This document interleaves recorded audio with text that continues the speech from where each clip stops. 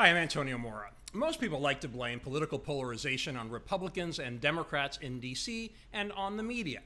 But a lot more people should bear the blame, including you.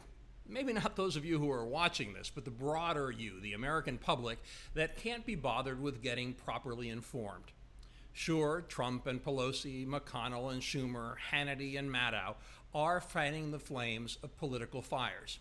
So are those who portray themselves as objective journalists, but operate instead as agenda-driven propagandists on the right and left.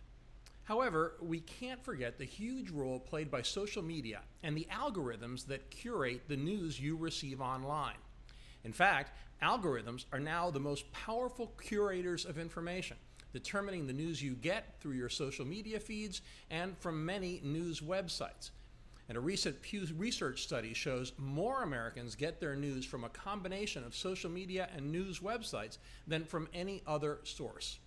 The problem is that the news they deliver to you is often based on your preferences and beliefs, your likes and dislikes, following choices you've actually made, but also on an analysis of your online behavior.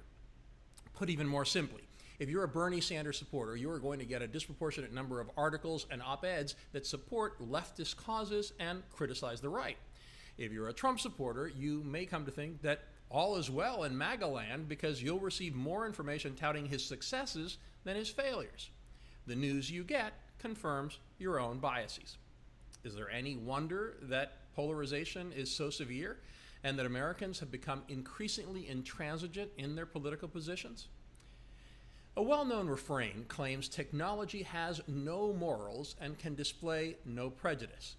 A study from the University College London and a new book titled Rage Inside the Machine, The Prejudice of Algorithms and How to Stop the Internet Making Bigots of All of Us argue the opposite. They show how the biases involved in computer science are pushing us to become more entrenched in our opinions. Programmers are not apolitical, so how can we expect their machines and software to be? Worse yet are bad actors who actively manipulate social media for nefarious purposes, including Russian efforts to sway elections. When computers and algorithms use simplifying features and statistical generalizations to profile us and then determine the news we received based on what they think we want to see, it leads to the intellectual isolation often referred to as echo chambers or filter bubbles. Even the results of your online searches will be different than those of the person sitting next to you. That informational segregation has dangerous and divisive consequences, which the Rage Inside the Machine book argues have similarities to racial and social segregation. The consequences extend beyond politics to exacerbate deep divisions in the real world. With people living in filter bubbles, sharing a collective experience becomes increasingly rare. Whole segments of a society can completely miss stories important to their community as a whole because an algorithm decided they wouldn't care about them. With fewer unifying experiences, that can lead to societal fragmentation. Americans do deserve part of the blame for not doing their part to burst the bubbles. Newspaper circulation keeps plunging to record lows to less than 30 million a day for both print and digital. Even when people visit a news site, they read very little. The average time spent per visit to the websites of the top 50 daily newspapers in the US is only a little more than 2 minutes.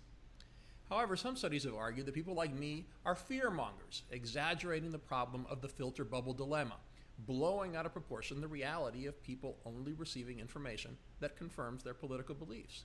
They insist that algorithms only marginally contribute to the echo chambers. But their own numbers show that social media increases the phenomenon of segregation and polarization. Even they admit that there is substantial ideological segregation when it comes to opinion news sources. And too few people take the time to seek out opinions that differ from theirs.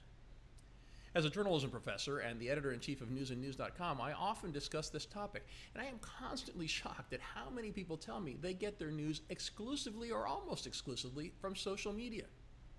Unless they follow a variety of news organizations and pundits from across the political spectrum, they are simply not going to get a well-rounded picture of what's happening in the world.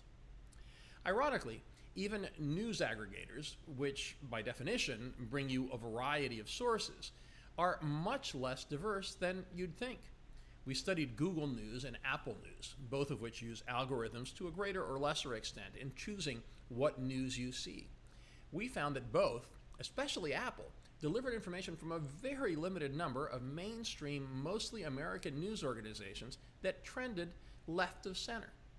Newsandnews.com, if you'll pardon the plug, is curated exclusively by people, and it delivers a far wider variety of sources, is more balanced ideologically, and has greater geographical diversity than our much larger competitors. For now, algorithms dominate the news you see on your mobile devices and computers, so it's essential that artificial intelligence engineers design algorithms that more effectively promote a variety of news and opinion. I'm not holding my breath, but that would help lead to a healthier mix of information and ideas, and possibly less political polarization.